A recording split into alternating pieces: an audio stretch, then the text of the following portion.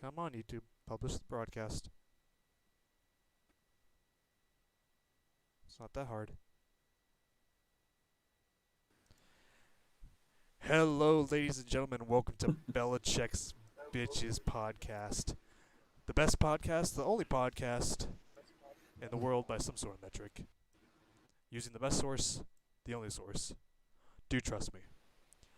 I am your host, Brennan, and along me, as always, is my co-host, Tyler. Yes, we are back, and this has been a busy week in the NFL. It has. Yes. Last week we were kind of complaining that it was a little slow. Well, yeah, we got a doozy they changed for us. Yeah, we got a bunch to talk about, as always. And I think the best news. I'm gonna start off with the best news. I'm gonna take it. Alex Smith. We talked about last week how he got activated off the physically unable to perform list. Well, he's practicing now, which is just amazing. He showed a video of him celebrating with his family yesterday. No, actually, it was 2 days ago. So he's been practicing for 2 days now. If I'm not mistaken. That's huge. That is. You can give him comeback player of the year now. Yeah, if he just takes one snap, he's getting my vote for comeback player of the year. I mean, that's his career was over. I mean, everyone was saying it. I thought his career was over. Yeah. That's awesome. That's going to be a huge boost for Washington. Love it. I don't expect him to start over Haskins, though, honestly. No, I don't either. I think he's going to be a coach role. Yeah. Guy. Definitely. And we'll talk a little bit more about that later. Which should be good for Dwayne either way. Oh, it's going to be good for Dwayne. I think that's best case scenario. We'll talk more about Dwayne later. So, yeah, that was huge. So your Broncos got a little yes. Got a little better. Thank goodness. Last week we talked about the Broncos bringing in DeMar Dotson, the right tackle, for a visit. And I was right. They signed DeMar Dotson. They signed the best tackle I thought was on the market, and I am extremely happy that we did that. I don't remember the contract details, but I know I don't think it's too bad. It's not terrible. I believe it was in the $3 million range or $4 million range. Yeah. It was really low end. He'll be our starting right tackle day. He's not practicing as he's trying to get up to speed first, and then he'll start practicing probably because I think we just started training camp and Elijah Wilkinson was a starting right tackle, and they said they're bringing DeMar Dotson along slowly so he's fully caught up with everything going on, and then he'll be the starter once he's fully caught up. Yeah, and I think who wins that is Locke. Yeah, he doesn't have to worry about having a huge question mark on his right side. Especially if Elijah Wilkinson was starting at right tackle, I'd feel so bad for Locke because he had to start there when Juwan James went down last season, and he did not look good at all. He is a more natural guard than he is a tackle, although he can play a little bit of swing tackle if absolutely necessary, but it's not preferred. Well, and I don't know why we have to keep talking about our favorite teams, but they keep making the moves. New England signed another running back, signed Lamar Miller. This worries me a little bit because Belichick doesn't make a move that's not necessary. Yeah, it's more of at least that he sees necessary. It's not. It's more of a unconfidence in Sony Michel than it is Sony Michel's health. Yeah, than it is in really showcasing Lamar Miller. That's what I'm worried about is, Sony's still on the physically unable to perform list. He has another knee injury. Talking about that last week a little bit. I'm worried because Lamar's a very good running back. I know he got injured, but he's a really good running back when healthy. I think you'll see him take probably about 10 carries a game. But I think he'll be taking some of Sony's carries if he's healthy. And if not, you'll see Rex Burkhead probably move into more of just purely a special teams role to kind of slide into what Brandon Bolden was doing. So I think that's kind of a domino effect from Bolden opting out. Is Sony is now hurt. We need someone to take 10 carries a game. Man. I just hate that Sony's injuries are just catching up to him. Well, speaking of another Georgia back getting injured, Nick Chubb got left practice early today with a apparent concussion, which hopefully won't be too serious. Hopefully it's just minor. Hopefully they're just taking precaution. But but he should be back soon, hopefully. It's the heart and soul of that Browns Yeah, offense. he is the Browns' offense. If they're not a run-heavy team this year, then I don't know what the heck Kevin Stefanski's doing. Well, Kevin Stefanski has shown that he is a run first coach. He's shown that on every job he's had. He's been a run first guy. Yeah. But I'm just saying, if they don't run first with Nick Chubb, then I don't know what he's doing. you definitely need to let the running backs, him and Kareem Hunt, be the starters of that offense. Another injury. This one sucks because I was really looking forward to this guy's year too. Jalen Hurd from the 49ers. Yep. He was going to get his shot. Emmanuel Sanders being out because he went to the Saints. Yep. So Hurd was going to get his shot, and he tore his ACL today. It's not confirmed, but they say when the reports come out before the MRI, they're pretty correct. Torn ACL. Yeah, usually with the torn ACL, you can kind of tell. And what sucked is he was actually one of my guys that I had highlighted for a future fantasy player week. I was really high on Jalen Hurd as a potential last round pick in your fantasy league. You could streamline. I was really excited about Hurd. It just sucks that he got hurt. Hopefully he can come back, but he's more one of those kind of, you can play receiver, you can kind of play running back, you can kind of play tight end.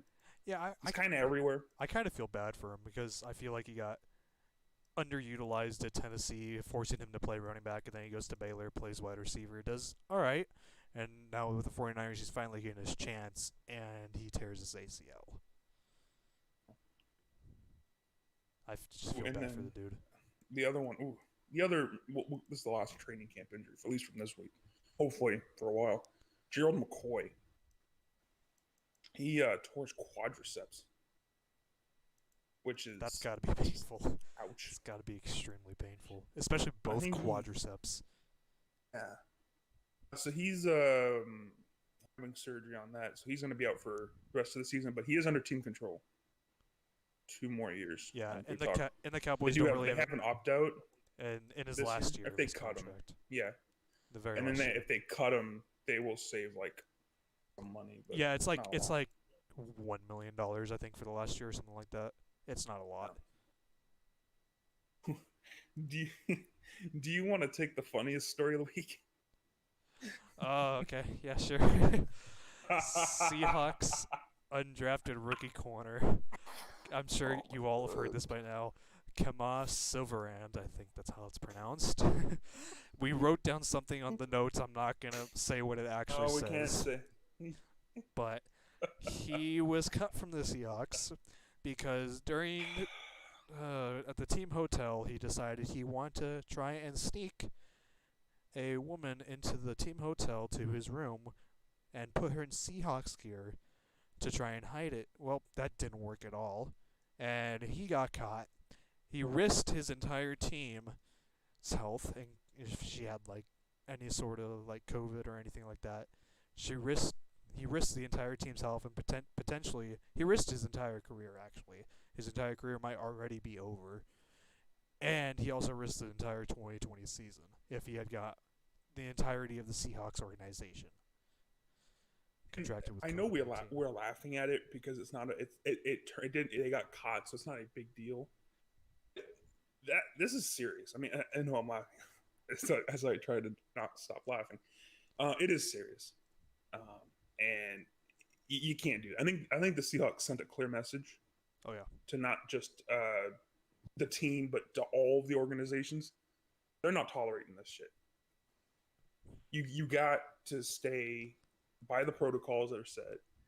You got to make sure you're putting the team first, and you can't be trying to bring people in like Lou Williams. So, long story short, yeah, not the smartest idea. And then people are posting pictures of her. I mean, it's turned into this whole ordeal. It's turned into a giant meme. He's practically an idiot. But yeah, I mean, it is serious. Yeah. Funny but serious. That was congratulations, Washington. By the way. This is your first swear. Oh really? Yeah. Oh, I didn't even notice. I didn't even notice that. Still like 5 behind you, so it's okay. True. So Washington hired a new team president, former player Jason Wright. Know much about Jason Wright. I don't know much about him either. But Washington, anything's better than what they had. Hopefully, this guy can turn it around. They've actually been making some pretty decent moves this offseason. So, hey, Rivera at the helm. I think Washington might be one of those little. I talked about them in the first episode how I kind of liked their the way they set up their offseason. Yeah. I really like Washington. I really do. It's just I think they're like a year or two away from competition. But yeah, they hired a new team president, so yay. Yeah. And then the last two, if they can get their offense more consistent, they could probably a sneaky team to like compete for the NFC East. Washington. Let Haskins sit in the pocket. That was one thing about this is amazing, but this is one thing I annoyed. Watching Washington with that rollout scheme last year with Dwayne Haskins was infuriating. Yeah. Dwayne Haskins is not mobile. No. He's a very sit in the pocket, make reads, and throw the ball. He's a very traditional passer. And you would see him on these bootlegs, and the poor guy, his feet just didn't catch up. Yeah, he would be trying to run comfortable out there. It was a terrible scheme for him, and I know everyone likes to dog on Haskins, and it's kind of funny because he's Ohio State. Everyone loves to laugh at Ohio State. Ohio State, please. Trademark the Ohio State. But I can't wait to actually see him in a scheme where they let him sit in the pocket. I know that's revolutionary. Let him sit in the pocket. Let him dump down the ball. Let him throw to Terry McLaurin. I think Haskins, especially with Alex Smith returning again, we're going to talk about later, Washington might be onto something. I'm surprised you didn't say this was the weekend. It's true. Tight ends got paid. Tight ends got the top two tight ends both got new contracts. Kittle and Kelsey both agreed to Kittle agreed to like a 5-year $75. Yeah, he got 5 years $75. And Kelsey got a 30 guaranteed on Kittle. And Kelsey got 4 years for $57.25 million, which 28 in total guarantee. Very similar contracts. I think the 1A, 1B tight end. So now they have set the market for tight ends, and now they have to wait for a third guy to catch up. I want to see who's going to – I don't think anyone's going to break that for a while. Tight ends is kind of stagnant, and then you get a couple, and it's kind of stagnant. Yeah, I'm actually curious to see who's up next. Like, what tight end would be, like, up next? Oh. I'm going to check that real quick. I have to imagine it's like the Evan Ingram, that's Mark Andrews type guy be the next tight end market. Hooper and Henry's have already gotten their contracts. Yeah, so those would be the next ones. And then I know last storyline, I'm going to add this one on impromptu because I can do that.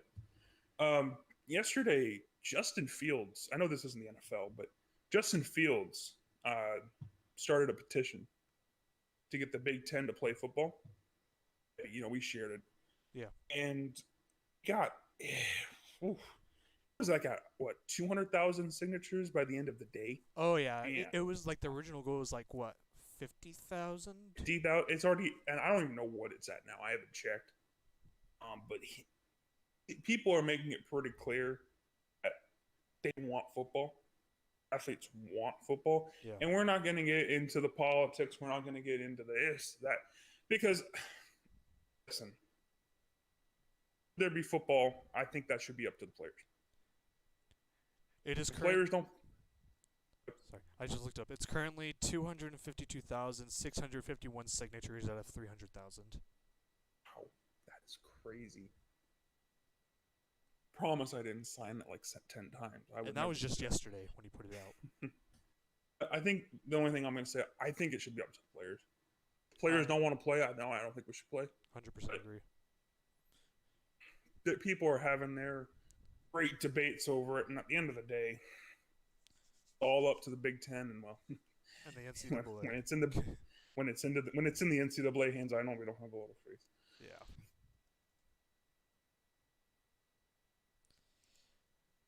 I think that's all the storylines for this week. Hello? Gronk? Uh-oh. Uh-oh. Dude. Dude. Yo.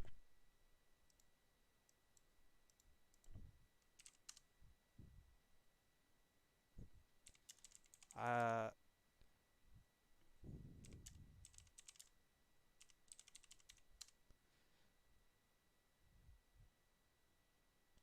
technical difficulties.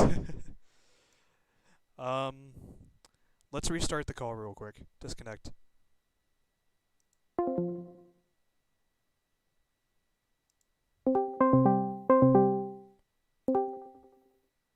Hello? Wait, you there? There we go. Okay, that was weird. That was weird. Wow. Okay, now back to technical difficulties every week. So, like I was saying, the season's coming up soon. Now our rankings are getting closer to being done. Yes.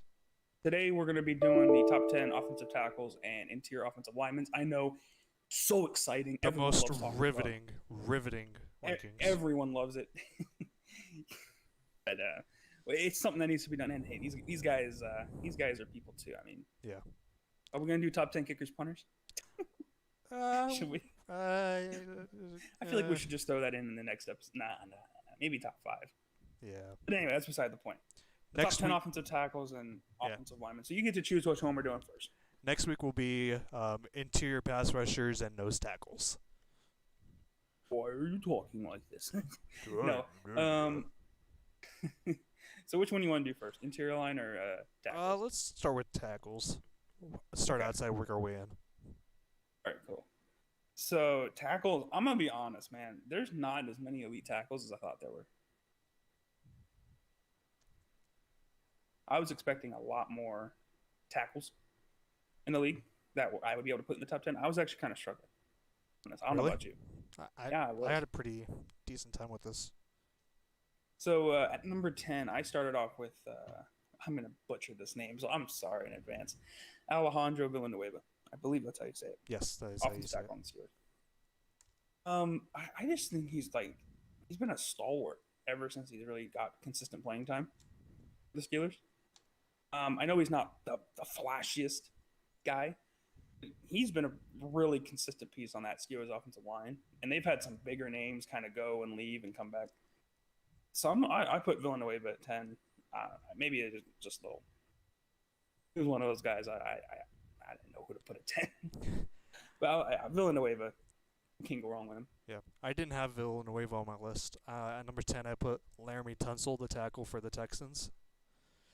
Yeah. I feel like he flies under the radar a lot when talking about tackles. He's been protecting Deshaun Watson's blind side ever since he got traded from Miami, and he's been doing a pretty good job over there. Yeah. No one really likes talking about him when they talk about the Texans. It's usually all about Deshaun Watson, but he's been a solid tackle ever since he got to Houston. Actually, he was pretty solid in Miami as well. Yeah. And now that he's gotten that big contract, there's expectations on him, which is probably why people think he's a little bit worse. Yeah. Than he is. Those expectations are gonna follow him, especially with the price tag they paid. It was like 2 firsts and a second.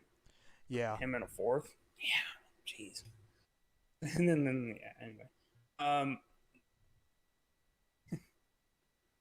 Orlando Brown was who I put. Oh. I really love Orlando Brown. He is just a truck on the right side.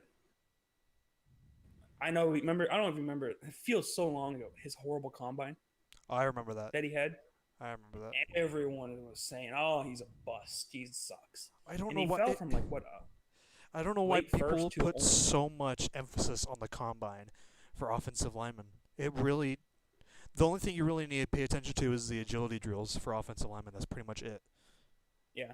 And I know he didn't do good on the bench press, I think it was. And I don't know if there was an injury. I never actually saw a confirmed report that there was an injury. But man, he fell off of draft boards. Yeah. After that combine. He went into Baltimore and he's been one of the best right tackles in the league. Yep. Ever since he came in. Baltimore did Baltimore and just waited and drafted best available and got a steal. At number 9 for me, Hmm. I was thinking about putting Orlando Brown. I didn't put him on the list. At number 9, I have David Bakhtiari, the tackle for the Packers. He Jeez, really? he might be higher, honestly. If he was a better run blocker, he's a really good pass blocker. But as a run blocker, he kind of struggles and leaves much to be desired. Interesting. Okay. Number 8, kind of an older guy, Andrew Whitworth. I think we talked about him a little bit last week or a few weeks ago when we were talking about the Rams. Yeah. Uh, man, he's what 37, and he's playing just as good as when he was playing in his late 20s.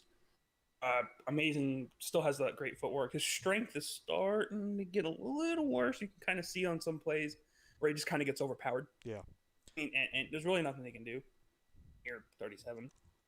But I think he's doing really well. I think this is probably going to be his last season where he's probably a top 10 tackle, and I think you'll probably start seeing more regression. May even see him retire. A lot of guys kind of realize their bodies aren't going to keep going. Father Time is undefeated. I just wish he wasn't on the Rams because, man, he deserves a better chance.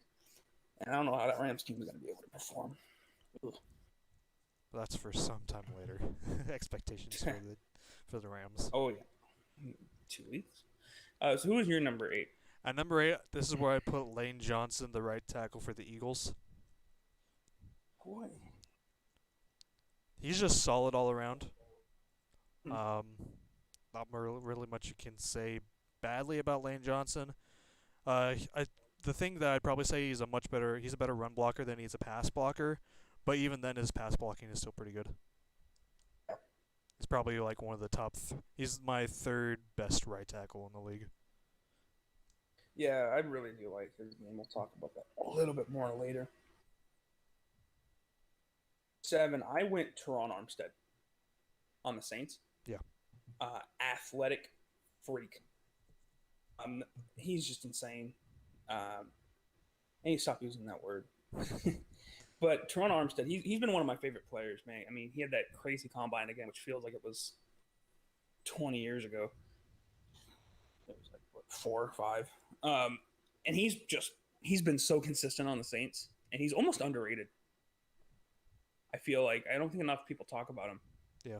When you're talking about those elite tackles, he gets really overshadowed by his fellow right tackle, who we'll talk about later. I just feel like he just doesn't get the recognition. I guess because he is on the team with Drew Brees and Michael Thomas and all those other guys. I think the Saints O-line really just gets like kind of disrespected overall. It's a pretty solid unit. It is. They're one of my favorites in terms of just depth they have on their team. Yeah. Yeah. Also, I don't know if you put him on the list. I didn't because he's not playing. Mitchell Schwartz is playing. Yeah, he is. Never mind. No, that's an oof. I got him confused with his teammate. Yeah. I got him confused with his teammate. Oops. Okay. Damn. Yikes. Good job. Honorable mention. He would have been in my top 4. And I goofed. I got him confused. Didn't read far enough into it. That was my bad. Okay, so go ahead. At number 7, that's where I put Andrew Whitworth. Okay. Yeah, there's not much you can really not say about Andrew Whitworth. His strength has dipped like a little bit. You see him struggle recently with like more power rushes. I think I was watching some film of like last year. Yeah, because it was Bradley Chubb's rookie season, and you just see Chubb just pull a bull rip move against Andrew Whitworth, and usually Andrew Whitworth's pretty good about that kind of stuff. But since it's like pure strength versus pure strength, you have a rookie strong Bradley Chubb against not saying Andrew Whitworth isn't strong, but he's like regressing in his strength. He just gets beat on the play, and he was still giving Chubb a problem, but Chubb beat him on the play and got a sack on Goff for that. Yeah, I really think Whitworth, man, he's also been one of my favorite players. I know that's probably some bias in there, but he's just been always been one of my favorite players. Even when he was on the Bengals, Yeah, poor guy.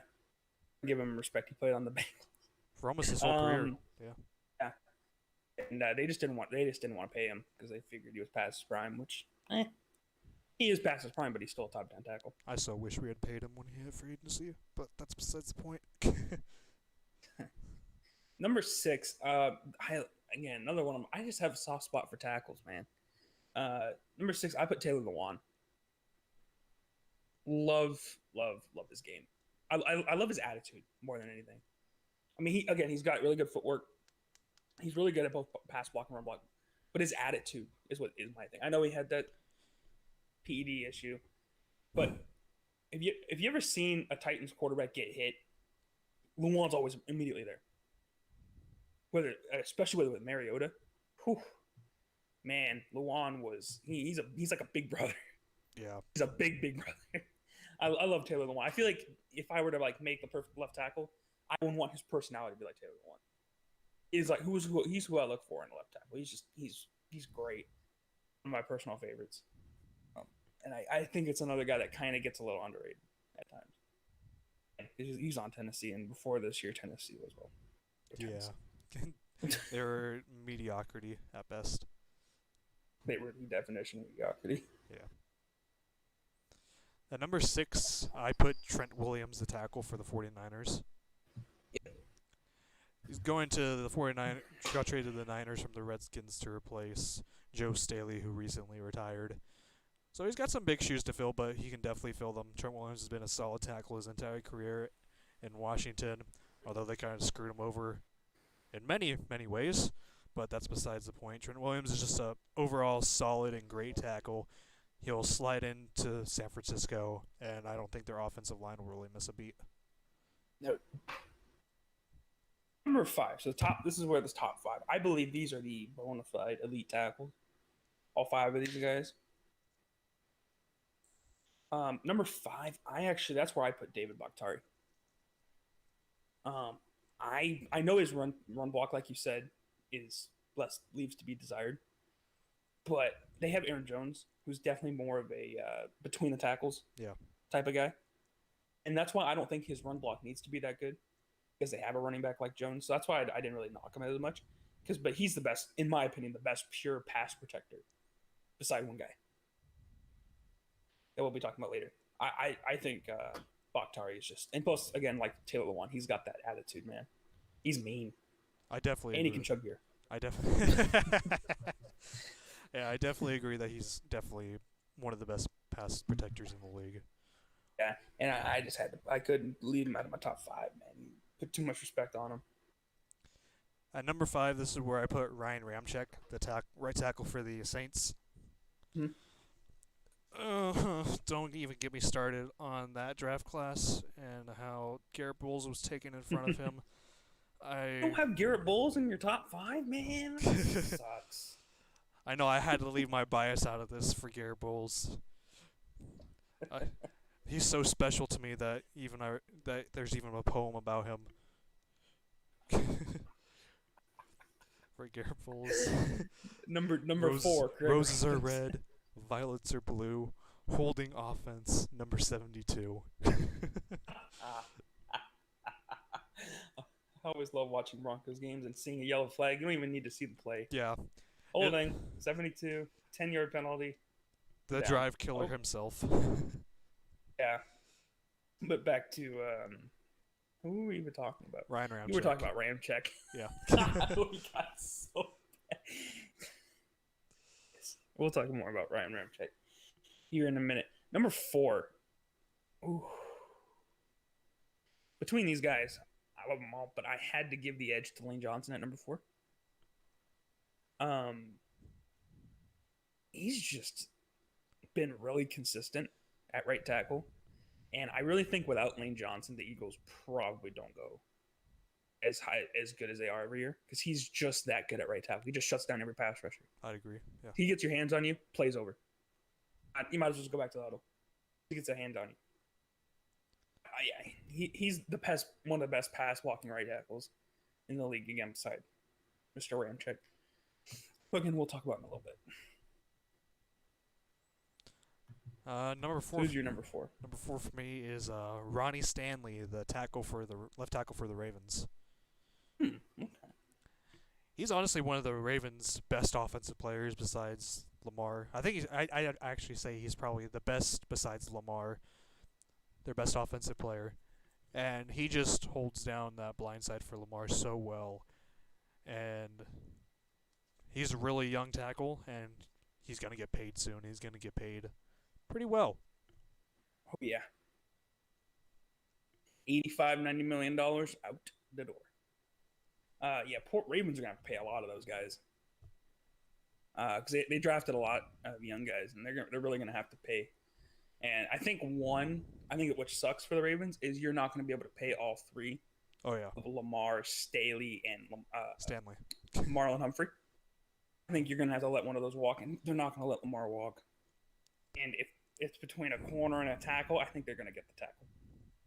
So I think that's kind of one of my little distant predictions. I think Marlon Humphrey's probably not going to be on the Ravens. Their contract's up. I just don't see the money. He's going to demand cornerback, top 5 cornerback. Oh yeah, and he definitely deserves it. He deserves it. He's one of the best man coverage corners in the league. Number 3, Ryan Ramczyk here. I really think Ramczyk, he's defied everyone's expectations. I mean, who had him as a bona fide top 10 tackle this early? I don't know anyone who did. Nope. I don't even think the Saints knew what they picked when they picked Ramczyk. I had him better than Bowles, but not top 10 tackle. No. He's insane, and stop saying that. It's really good for the Saints, and doesn't matter if it's pass block, run block, about his footwork. He's elite in it all, and when he gets paid, he's going to reset the right tackle market. Yeah. You keep telling me to stop saying it, but I can never forgive Elway for that decision. Number 3, I put Cowboys tackle Tyron Smith. He's just a dude that's been doing it for consistently and very well for a long time. For a few years, he was a part of the best offensive line, the Cowboys O-line. They had a great O-line for 3-4 years. They had probably the best offensive line in the league, and Tyron Smith was always probably the first guy that you'd name along with one of their guards, which we'll talk about later. Yeah, we definitely will be talking about that guard. Yeah, we'll talk about my view on Tyron Smith in a minute. Number 2 is where I put Ronnie Stanley. I really love Ronnie Stanley's game, and again, sound like a broken record. Everything you can think about when you need a tackle, he's elite in. There was character concerns. People were worrying he was a little too soft coming out of college. That was not true. He's just as tough as any other tackle. I sure see some of these guys. They think these character. I don't even know where they get them. Yeah, it wasn't true. He's just as good a tackle, and I think he's a top 2. If anyone would have put him at number 1, I really wouldn't argue with him, because I really do think he's a prime example of what a tackle should be. So I put him at number 2. that's fair.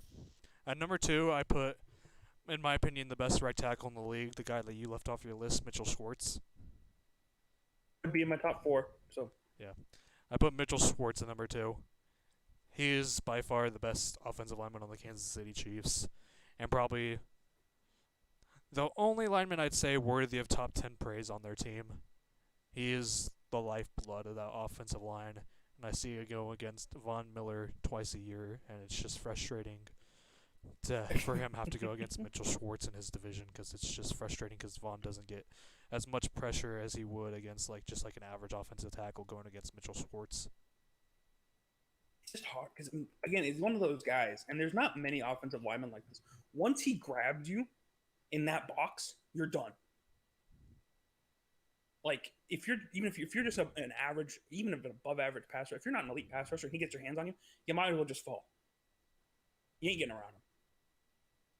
I mean, I think I saw a stat. He allowed 1 sack last year, or none, or some some crazy stat about Mitchell Schwartz. He's been a consistent, great tackle, and people just keep ignoring him, even though he's on a great team. Yeah, Who knows? Number one, put Tyron Smith. that's fair. I think I put him over Staley mainly because he's been doing it longer.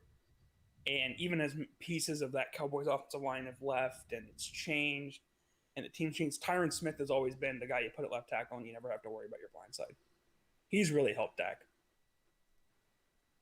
And I think a lot of Dak's success can be contributed to Tyron Smith. He's just that good. In my opinion, he's Hall of Fame worthy. Yeah, I definitely agree. I think he's first ballot.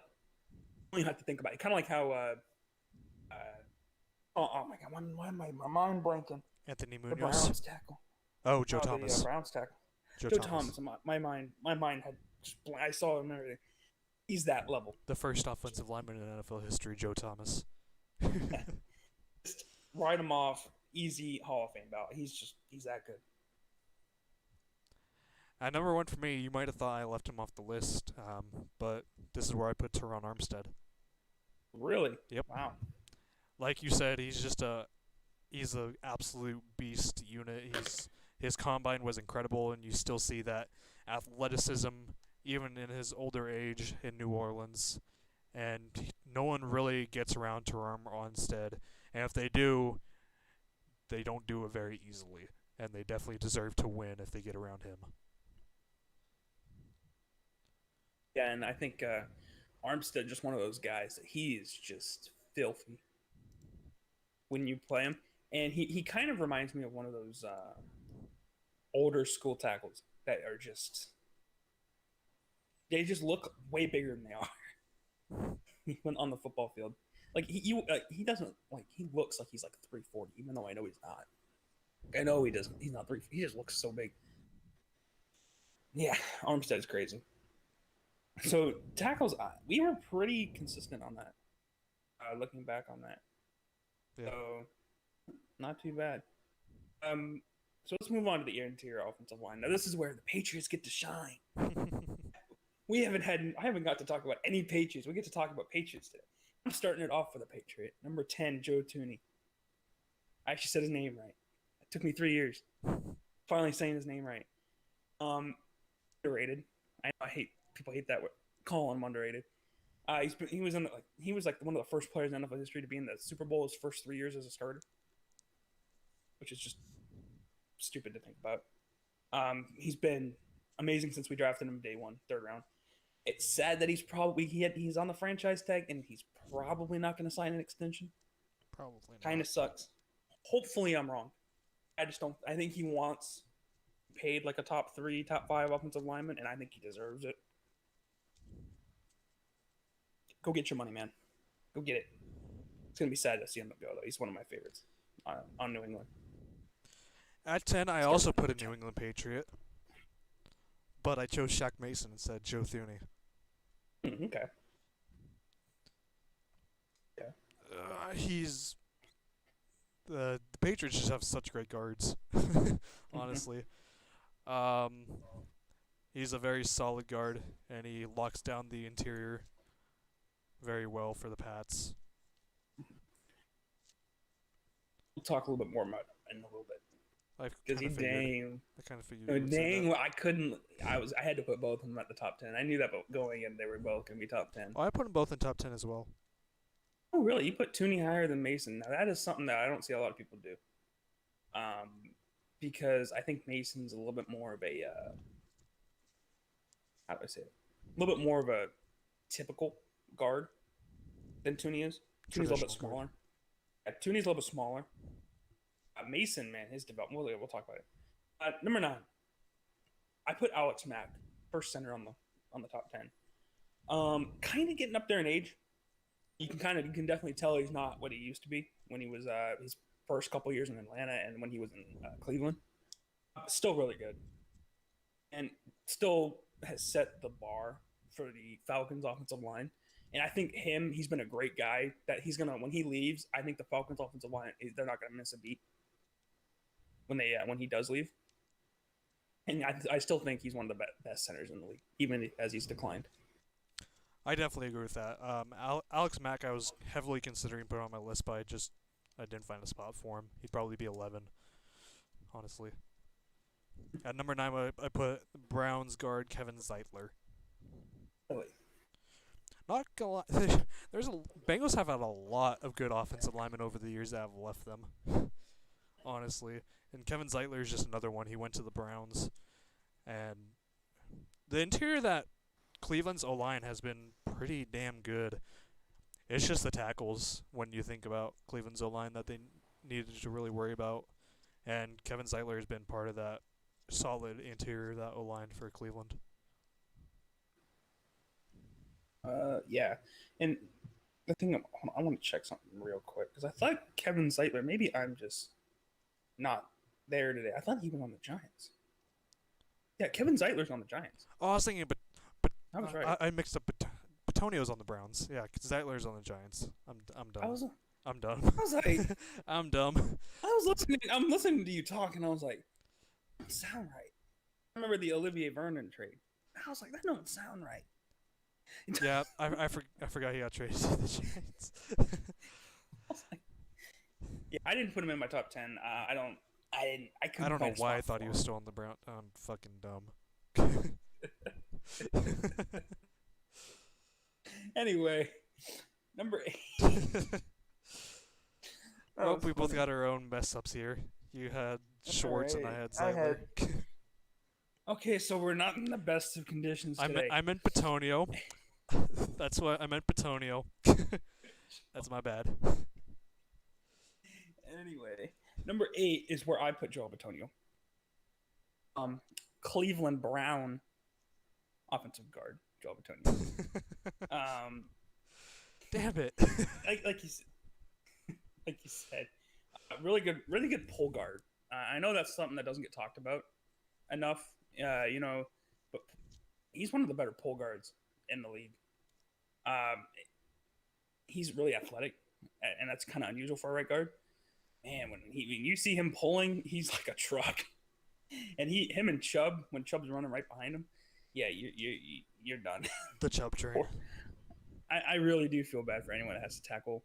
A, get through him, Batonio, and then B, try to tackle Nick Chubb. That's no wonder Nick Chubb gets so many yards. Who do you have at number 8? At number 8, I have Brandon Sheriff, the Washington Redskins guard. Excuse me, I'm yawning. Okay. Yeah, Washington used to have some decent offensive linemen with Scherf and Williams. Now Williams is in SF, and Scherf is still on the Washington football team. Almost said the other word. But yeah, Brandon Sheriff is a solid guard. Not much to really complain about. I thought he might hit free agency actually this year, but I think they tagged him. Washington tagged him, or they extended him.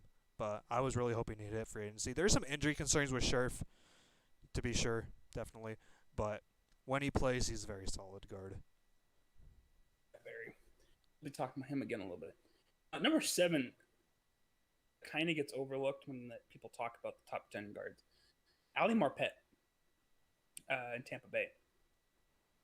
Man, he's been on some bad teams for Marpet. But he's been really good the last few years. He's been a Pro Bowler. He's really helped that interior line deal with a bunch of center changes. They've had like 3 centers the last 3 years. Bunch of, rollover. Now he's getting to play on a good team. And now he gets to play alongside Brady and Gronk. Lucky guy. I think you'll see Marpet get more recognition as the season goes along. Kind of like how Shaq Mason was getting more recognition because he was playing again. Best team in the league. Georgia Tech legend Shaq Mason, I must add.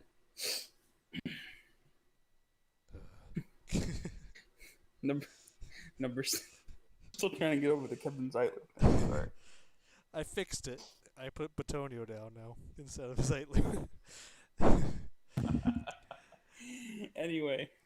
At number 7, I put Steelers guard David DeCastro. I feel like he's an extremely overlooked guard. I feel like most Steelers offensive linemen are overlooked, but DeCastro is just one of those dudes. I probably put yeah 7. I think is a good spot, but yeah, he's just extremely underrated. Very powerful guard. And he's in the Pro Bowl every year, and I still don't get how he's underrated. You know what I mean? Yeah, Like he's always in the Pro Bowl, and people are like, I wonder who that right guard on the Steelers is. They never heard of him. Like, I mean, God. Number 6 is where I'm gonna talk about my boy Shaq Mason.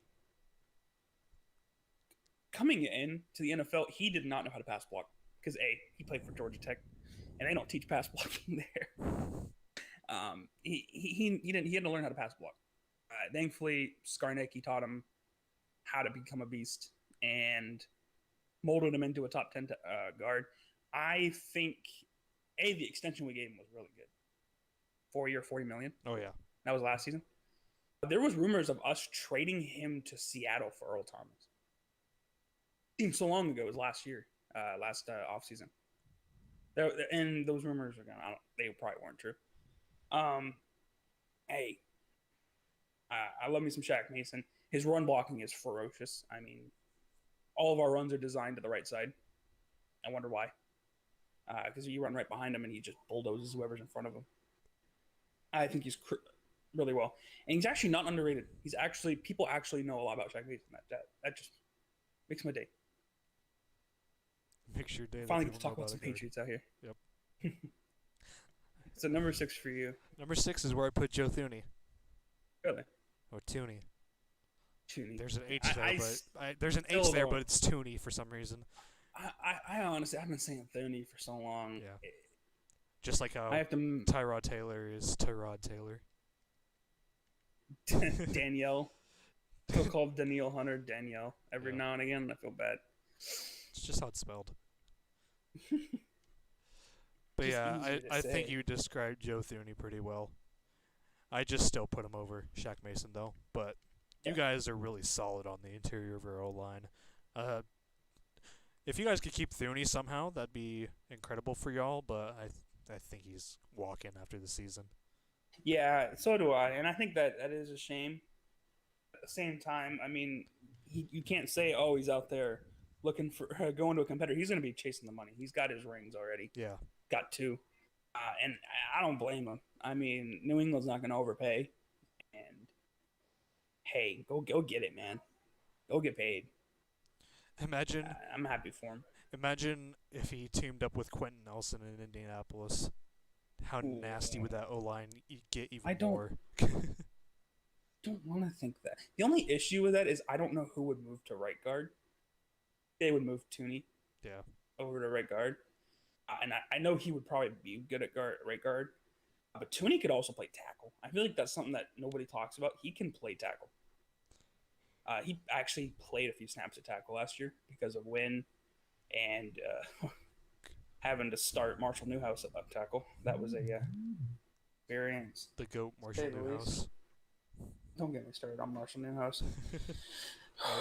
Who's Anyway, your 5? so that's going to add some value. 5 is where I put Scherf.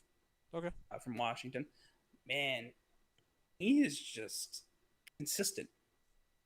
When he's hard healthy. to do on Washington. Yeah, exactly. That's his only knock. If you're consistent on Washington, that is a huge achievement. Like, you deserve a gold medal if you can be consistent in Washington. What else can you say besides he's just really, really solid at right guard? Which, hey, that's pretty valuable now. Yeah. Just being solid. That is way more valuable than it used to be. Sorry, just yawned again. My number 5 is, I don't want to talk about this team, but I'm going to, Raiders center Rodney Hudson. I have him ranking at starting off the top 5 of my interior offensive linemen. Nice. He's just been a stalwart ever since he got to Oakland. He was even solid when he wasn't at Oakland. The dude's just a beast. He's incredibly fun to watch as an offensive lineman, which is hard to say about an offensive lineman.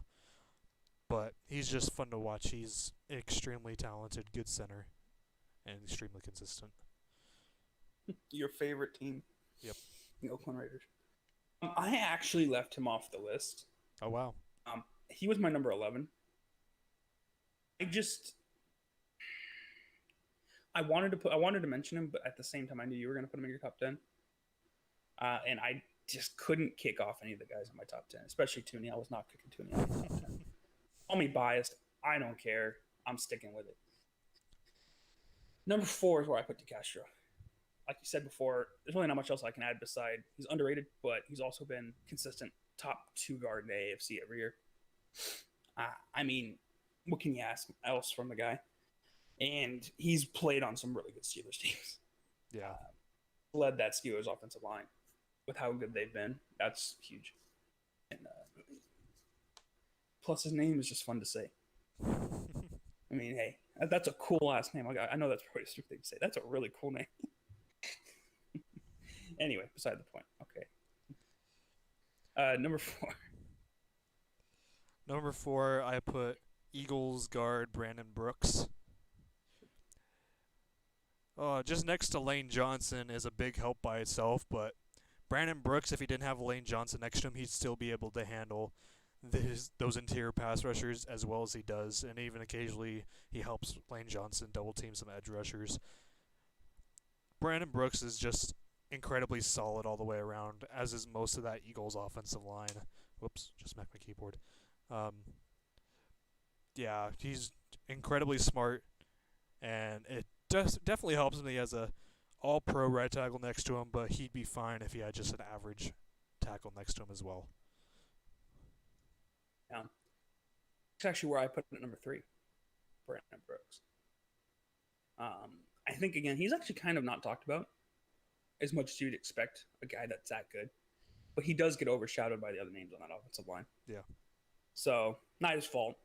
But I still think he is a top 3 guard. And I think if you put him on another team that just had a bunch of averages, people would be talking about him, I think, in the same breath as the 2 guards ahead of him right now. I agree. The 2 guards ahead of him, whew, boy, leagues of their own. So who's your number 4? We're on number 3. No, that was number 4. 3. Yeah, Brandon Brooks is my number 3. We already talked about my number 4. It was David DeCastro. Oh yeah. What's that part? you good? I am. It's not my you day. Take a nap, man. I woke up early. I had some troubles that you know about. And then I went and worked out, so I'm kind of tired. I haven't eaten at all today, so.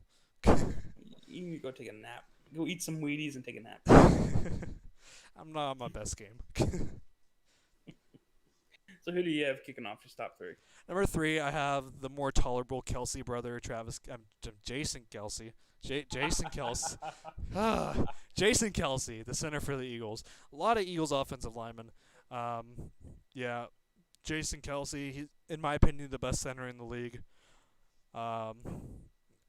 There's not much you could say. He's the better Kelsey brother. He's also the much more tolerable Kelsey brother. I don't know whether that's just because he plays offensive line or not. But, yeah, he's extremely solid and the best center in the league, in my opinion. Here are the 1A, 1B guards. These are the top 2 in my opinion. Did you leave Jason Kelsey off your list? Top 2 offensive linemen. I did, and I feel bad about it. But I do feel bad about that. I was kind of looking at him, and I was like, eh. See, I just feel like the guards are just more talented than the centers are. Oh, I definitely in these agree. last couple of years. Yeah. And I feel like that's kind of what I've shown in my top 10. I don't have many centers. Should probably change a little bit of that. Yeah, you're probably especially because it's interior offensive lineman. This isn't a top 10 guards list. This is a top 10 interior offensive lineman. A little late on the guard. It's a little late. But I had to do. I think your 1A and 1B. I think we're the same. Yeah. I don't know how the order. I have Quentin at number 2. I have Quentin at number 2 and Zach at number 1. Yes. Quentin. I'll talk about Quentin. You can take Martin. Quentin is just. How do I say this? He's probably There's no the most way to describe him other than he's a freak of nature. And he's the most popular, probably offensive lineman in the league. He by is average a freak fans. nature. I mean, yeah. I mean, you ask him someone to name an offensive lineman, they're gonna say Quentin Nelson a lot. Quentin Nelson is just a freak out on the field. Pull guard, like I said earlier, pull guard, best in the league. Pull guard. You can just ask him to stand up and pass block, best in the league. Run blocking, I think, is where Martin shines more, Yeah, and I think that's why. especially in the number one Cowboys is scheme. Martin is everything that Quentin Nelson is. I think he's just a better run blocker. Yeah, I put him at number one. I think Nelson, though, I mean, I think if you give Nelson another year to develop that run blocking, you can make a case for him at number one. I just think he needs to develop that little bit more to his game. and one of the things I love about Quentin Nelson, every play you just see his full effort trying to put that opposing defender into the dirt as hard as he can.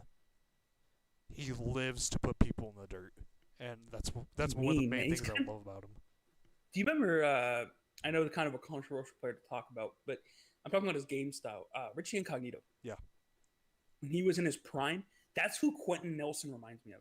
He's just a mean guard that's just. I think I'd probably take Quentin Nelson over him, but yeah, the play style is definitely similar.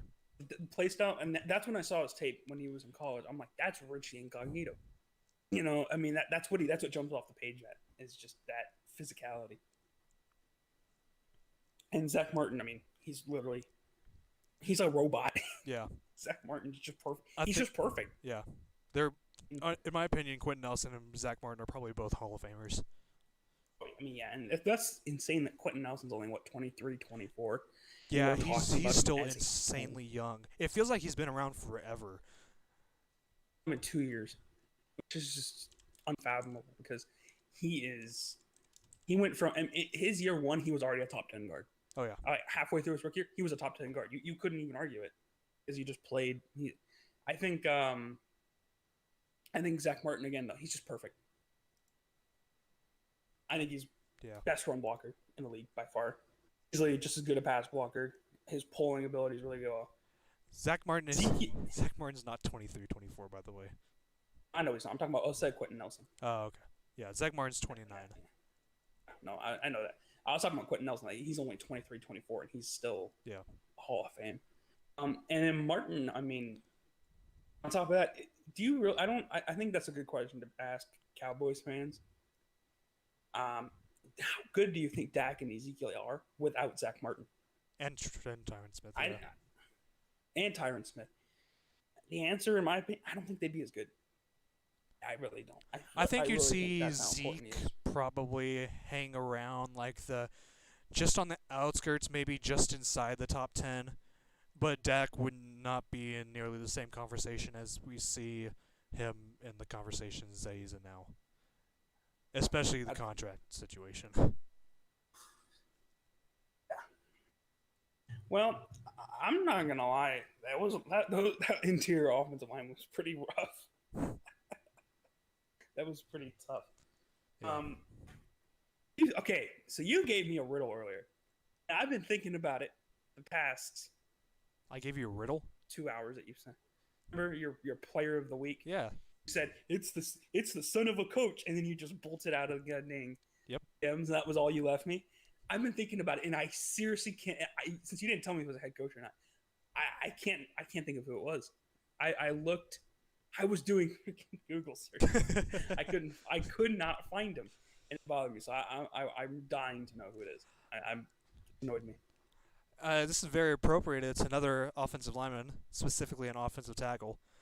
From Boston College, offensive tackle Tyler Vrabel. It's Vrabel. I deserve to have my Patriot card revoked. I didn't think about Vrabel. I saw him on my thing. I was like, oh, there's no way his son's playing college football, and I just moved on. Yeah, he's an offensive tackle for Boston College. He's a redshirt sophomore this year. 6'5", 310. Pros. This dude has only played started for 1 year, and he has great film, great length, well-placed and well-timed punches, good movement and pass protection, and he's very smooth when he mirrors edge rushers. He has very good grip strength. He's a patient pass protector, good power in the run. He plays with a veracity, kind of like Quentin Nelson, where he wants to drive people into the dirt. And he has the football bloodline that's going to go for him. So I assume he has a very high football IQ, just like his father. Cons, he gets caught being top heavy and leaning forward too much. He needs to bring more bend in his knees and use his base more when blocking instead of just using his toes and the balls of his feet and his shoulders. He needs to keep his head up during the run game. There's times where his head's down. He needs to keep his head up and aware of what's around him. He's right now. He's projected like a third or fourth round pick. I think he could easily rise to a first or second round pick with a solid redshirt sophomore season. God dang it, man! I can't believe I didn't guess that. I thought you would have. I knew if I said head coach, you probably would have gone there. That's why I said no. Would've. That's why I didn't specify. I looked at Vrabel when I was looking at the coach. Like, man, I knew he had a son. I was like, man, there's no way he's already in college and moved on. No, I was wrong. So, my fantasy player of the week, I kind of hinted at earlier. It's gonna be Haskins, and I didn't even have him in the drafts before yesterday. And the reason do I think he's gonna be a QB1? No. But this is a big but. I think with the return of Alex Smith and the morale that's going to bring Haskins, I really could see Haskins having a really good sophomore year. Now, do I think he's going to be elite? No. Do I think he's going to be top 15? No. But if you're in one of those 12 to 14-man leagues, right, and you need a backup quarterback, I really don't think it'd be a bad thing to pick up Haskins in the last round and see what happens. Because he has pretty good targets and he's in a new scheme. Hey, maybe he has a way better than expected season we've seen out of some quarterbacks, and boom, a really good option like that as your backup. Yeah. Would I pick him in an 8-man league? No. In a 12 to 14-man league in the last round? I think Alex Smith is going to teach him a lot of things, and him being there is going to be huge for it's going to relax Haskins. Have him back there, and hey, who knows? Maybe Haskins goes out and proves all those doubters wrong. I actually am one of them. I thought I'd be talking about Haskins in a positive light. I was not a huge on Haskins coming in. I think you remember that. Oh no, we weren't really talking when Haskins came out. I had him as like a late third round quarterback. I didn't think he was good, and especially with only 1 year, and the 1 year wasn't exactly spectacular. It was Ohio State. Yeah, Big Ten, and everyone knows how I feel about Big Ten. I think it's a little overrated, especially them defenses. Yeah. Hey, I think Haskins in those 12, 14-man leagues, I think he might be a little option for a backup quarterback. So, actually a quicker episode than I thought. Yeah. I was fully expecting this to be an hour and 10 minutes. Yeah, it's an hour and 3. If you guys stayed for all these 47 and a half minutes or wherever we're at right now. We're at an hour 3. Really? Oh, yeah. Wow. Never mind. I was wrong. That was from 525. Never mind. Hey, thank you guys for listening this long. We appreciate it. Next week will be the last rankings videos for positions. Yep. And then to move to more like team predictions. Season predict. Yep. Team predict. We really should start working on it. We can't keep procrastinating on those. What? We can't procrastinate on those. Yeah. Like we do the team rankings. You mean the position rankings. But yeah, thank you guys. Thank you guys for listening. This has been the Belichick's Pitches podcast, and we'll see you next week. Yes, sir.